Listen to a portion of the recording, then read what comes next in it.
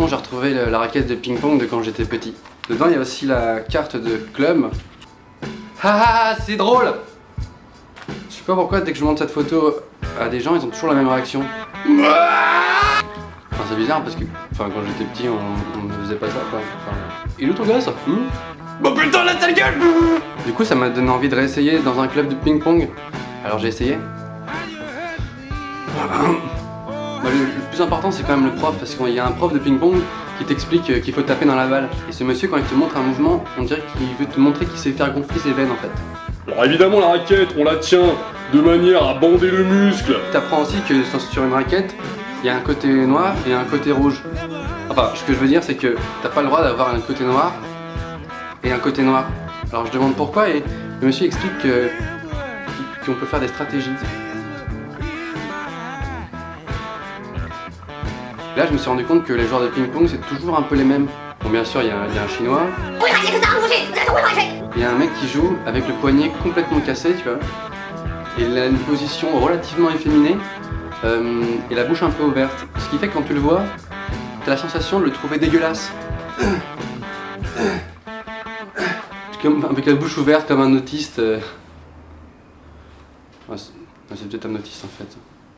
Après, je tombe sur une fille. C'est mi-fille, mi-E.T. Elle joue de manière très stoïque contre la table avec juste la main qui bouge et le corps totalement fixe. Elle gagne toujours ses matchs parce qu'elle est tellement bizarre. Alors évidemment, j'ai perdu contre une fille. J'ai pas peur de perdre, mais ce qui me motive, hein, ce qui me fait battre le cœur, ce qui me donne mon énergie, c'est avant tout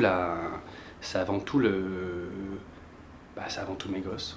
Donc t'as le monsieur qui a, on dirait qu'il a une grave maladie et qui joue au ping-pong pour s'en sortir, pour essayer d'oublier. Enfin, c'est bizarre parce qu'il parle assez fort et ensuite il te regarde comme si tu devais répondre un truc. Remettez les balles! Et tu sais pas quoi.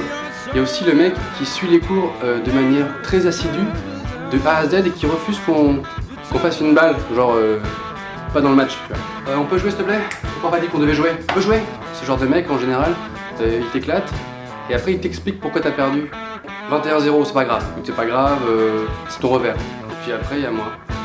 Excuse-moi, on peut utiliser ma balle pour le match, pour jouer parce que c'est un peu porte-bonheur et tout. Non, on peut pas. Ok. Non, je disais bonjour au mur. Oui, alors le ping-pong c'est pas un sport, je veux dire. Moi c'est ce que je disais avant. Puis après je suis donc rentré chez moi. Aidez-moi, à l'aide! SOS! Suite à cette expérience, j'ai décidé d'arrêter ce sport. Parce que bon, je me sentais pas à ma place. Puis bon, je vais peut-être me mettre à la marche. Ouais, bon, ça fait quelques années que ça me trotte. J'aime bien marcher dans les villes, dans les campagnes. Donc petite annonce personnelle, s'il y a des gens qui font de la marche ou qui sont carrément gérants d'un club de marche, contactez-moi.